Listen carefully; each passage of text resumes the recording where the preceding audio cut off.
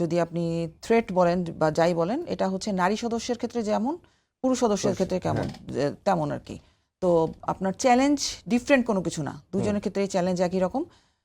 But তারপরেও female অফিসারদের একটা অ্যাডেড অ্যাডভান্টেজ যেটা আছে, যেটা অলরেডি স্যাররা বলেছেন যে ওখানে কোনো একটা এরিয়াতে যে সফটনিং করার জন্য সো ফিমেল অফিসাররা ওখানে নারী এবং শিশুদের সাথে কথা বলতে পারে। সো এটা ইউএন মিশনের জন্য একটা অ্যাডেড অ্যাডভান্টেজ। বাট আমরা আসলে নারীরা প্রত্যেকে একটা স্পেসিফিক মিশন ওরিয়েন্টেড ট্রেনিং এবং মিশন ওরিয়েন্টেড কাজ নিয়ে যাই। তো সেই কাজগুলো বরং আমাদের জন্য অনেক বেশি চ্যালেঞ্জ। আমি ইঞ্জিনিয়ার হিসেবে যেটা বলতে চাই যে আপনার আমার যেটা হতো যখন আমি হচ্ছে 2012-13 সালে আমি ইউএন মিশন করেছি, ওই সময় ওখানে 3টা MH17 হেলিকপ্টার ছিল এবং একটা C-130 পরিবহন বিমান ছিল। তো ওখানে শিডিউল মেনটেন্যান্স আমরা যেটা করি সেটা তো আছেই, সেটার সাথে সাথে শিডিউল মেনটেন্যান্সটা যেরকম আমি নিজে থেকে শিডিউল করতে পারি যে আমি অমুক দিন এতটা থেকে এতটা পর্যন্ত আমি শিডিউল মেনটেন্যান্সগুলো করবো, but it is becomes very difficult when it comes for the unschedule maintenance. এবং ইউএনের একটা ইস্যু হচ্ছে আপনি আপনার হেলিকপ্টারগুলোকে যদি যদি আনসার্ভিসেবল থাকে, এটার অ্যাগেনস্ট আপনি রিইম্বার্সমেন্ট যেটা সেটা পাওয়া যায় না।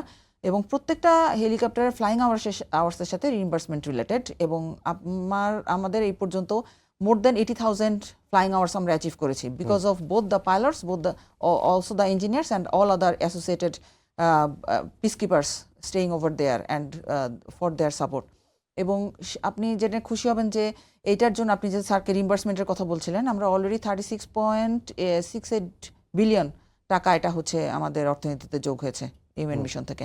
তো আমি যেটা বলতে চাচ্ছিলাম যে আমার মিশনটা ছিল 2 এলাকাতে, কঙ্গোর মধ্যে 2 এলাকা, বুনিয়া এবং ডুঙ্গু ডিটাচমেন্ট। এবং ওইখানে আমি বুনিয়াতে শুধুমাত্র ওয়াইসি ফ্লাইট লাইন হিসেবে কর্মরত ছিলাম। আমার কাজ ছিল হেলিকপ্টারগুলোকে সার্ভিসেবল রাখা এবং প্রতিদিন সকালবেলা আমাদের হেলিকপ্টার স্টেট দিতে হতো। এবং এরকম একদিনও হয় নাই যে আমাদেরকে স্টেট দিতে হয়েছে যে আমাদের হেলিকপ্টারগুলো আনসার্ভিসেবল।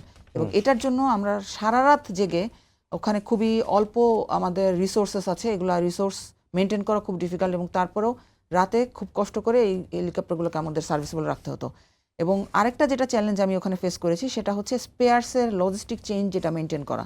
আপনি জানেন যে বাংলাদেশে আমার হেলিকপ্টার একটা আনসার্ভিসেবল হলে বা এয়ারক্রাফট আনসার্ভিসেবল হলে আমি সাথে সাথে স্পেয়ার্স আমি চেঞ্জ করতে পারি। বাট বাংলাদেশ থেকে এত দূরে 7,000 থেকে 8,000 কিলোমিটার দূরে বা মাইল দূরে এরকম একটা জায়গাতে আমার spares change logistic chain maintain করা this becomes very difficult. And এখন যেটা পরিস্থিতি সেটা হচ্ছে ভূ রাজনৈতিক পরিস্থিতির কারণে বিভিন্ন জায়গা থেকে যেখানে আমাদের কন্ট্রাক্ট থাকে আমাদের স্পেয়ার্সগুলো আনা খুব ডিফিকাল্ট হয়ে যায়। সো মিশন এরিয়াতে আপনি যেটা বলছিলেন যে ফিমেল হিসেবে চ্যালেঞ্জ কিনা, ফিমেল হিসেবে চ্যালেঞ্জের থেকে বড় চ্যালেঞ্জ হচ্ছে ফিমেল মেল সবাই মিলে একত্রে এই চ্যালেঞ্জগুলোকে মোকাবেলা করা।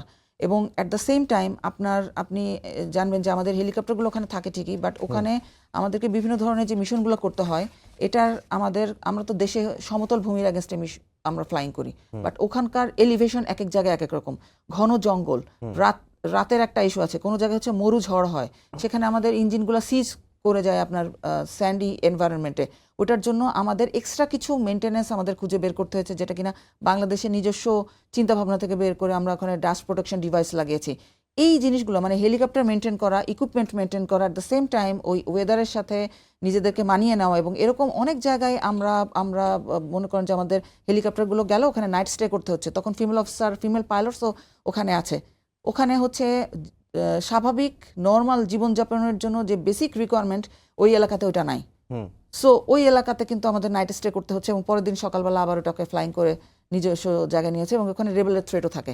সো এই জিনিসগুলো আমি বলবো যে চ্যালেঞ্জ, এটা মেল এবং ফিমেল বোথ হিসেবে চ্যালেঞ্জ। বাট একত্রে যেহেতু আমরা এটা এখন পর্যন্ত আমাদের ট্রেনিং বলেন, আমাদের মাইন্ডসেট বলেন, এগুলো দিয়ে আমরা এখন এতদিন পর্যন্ত আমরা এটাকে অ্যাড্রেস করতে পেরেছি। ইনশাল্লাহ ভবিষ্যতে আমাদের লিডারশিপ এবং ট্রেনিং এবং মাইন্ডসেট এবং এই যে একটা টিম ওয়ার্ক, এটার মাধ্যমে ইনশাল্লাহ আমরা এই চ্যালেঞ্জগুলোকে মোকাবেলা করতে পারবো।